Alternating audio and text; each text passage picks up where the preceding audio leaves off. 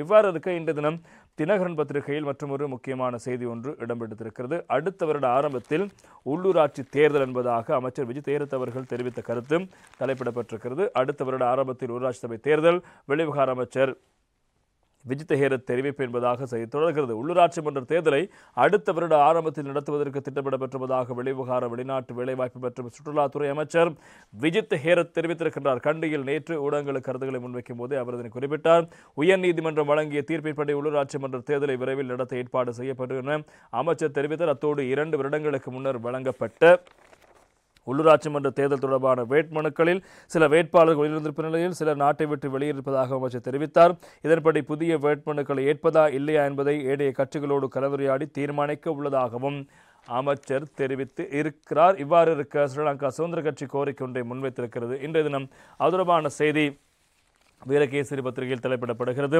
உள்ளூராட்சி மன்ற தேர்தலுக்கு புதிய வேட்புமனு கோர வேண்டும், சட்ட திருத்தத்தை அரசாங்கம் கொண்டு வர வேண்டும் என்கிறது சுதந்திர கட்சி என்பதாக இன்றைய வீரகேசரி பத்திரிகையில் தலைப்பிடப்படுகிறது.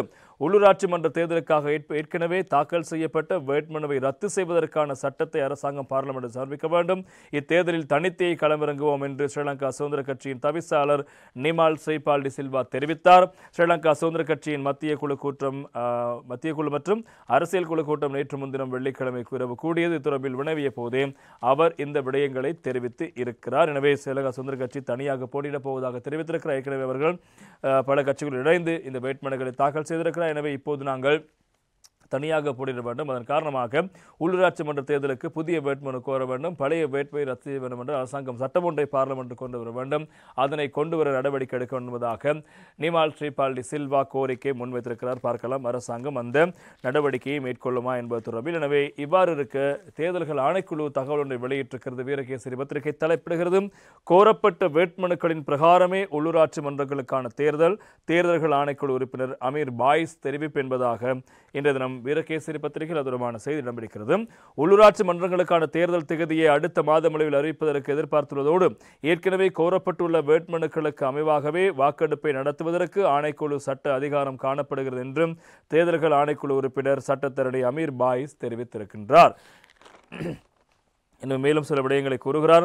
உள்ளூராட்சி மன்றங்களுக்கான தேர்தல் தொடர்பில் கருத்துக்கள் வெளியிடும்போது இந்த விடயங்களை தெரிவித்திருக்கின்றார். உள்ளூராட்சி மன்றங்களுக்கான வேட்புமனுக்கள் ஏலவே கோரப்பட்டு கடந்த மார்ச் மாதம் 9ஆம் தேதி தேர்தல் நடத்துவதற்கு தேர்தல் ஆணைக்குழு நடவடிக்கைகளை முன்னெடுத்திருந்தது. எனினும் குறித்த காலத்தில் தேர்தல் நடத்துவதற்கான நிதி திரைச்சையிலிருந்து விடுவிக்கப்படவில்லை. இதனால் உள்ளூராட்சி மன்றங்களுக்கான தேர்தலை நடத்துவதற்கு செயற்பாடுகளை முன்னெடுக்க முடியாத நிலைமைகள் தேர்தல் ஆணைக்குழுவுக்கு ஏற்பட்டது. இதனை அடுத்து தேர்தல் நடத்தப்படமைக்கு எதிராக பிரஜைகளால் உயர்நீதிமன்றத்தில் மனு தாக்கல் செய்யப்பட்டது.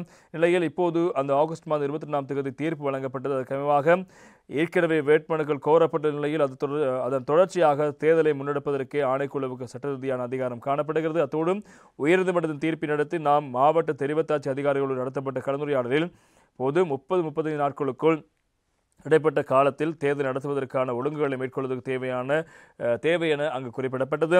தற்போது ஜனாதிபதி தேர்தல், பாராளுமன்ற தேர்தல் நிறைவடைந்த நிலையில் எதிர்வரும் மாதமளவில் உள்ளூராட்சி மன்றங்களுக்கான தேர்தல் திகதியை அறிவிப்பதற்கு எதிர்பார்த்திருப்பதாகவும் பெரும்பாலும் அடுத்த வருடத்தின் முதல் 2 மாதங்களுக்குள் தேர்தல் நடத்துவதற்கான வாய்ப்புகளை காணப்படுவதாக ஆணைக்குழு தெரிவிக்கிறது. ஆணைக்குழுவுக்கு இருக்கின்ற சட்டத்தின் பிரகாரம் கோரப்பட்ட வேட்புமனுக்கு அமைவாக தேர்தல் நடத்தப்பட வேண்டும். ஆனால் அரசாங்கம் சில வேளைகளில் அது தொடர்பான சட்டங்களை கொண்டு வந்து பாராளுமன்றத்தில் ஏற்கனவே இருக்கின்ற வேட்புமனுக்கள் நிராகரிக்க அல்லது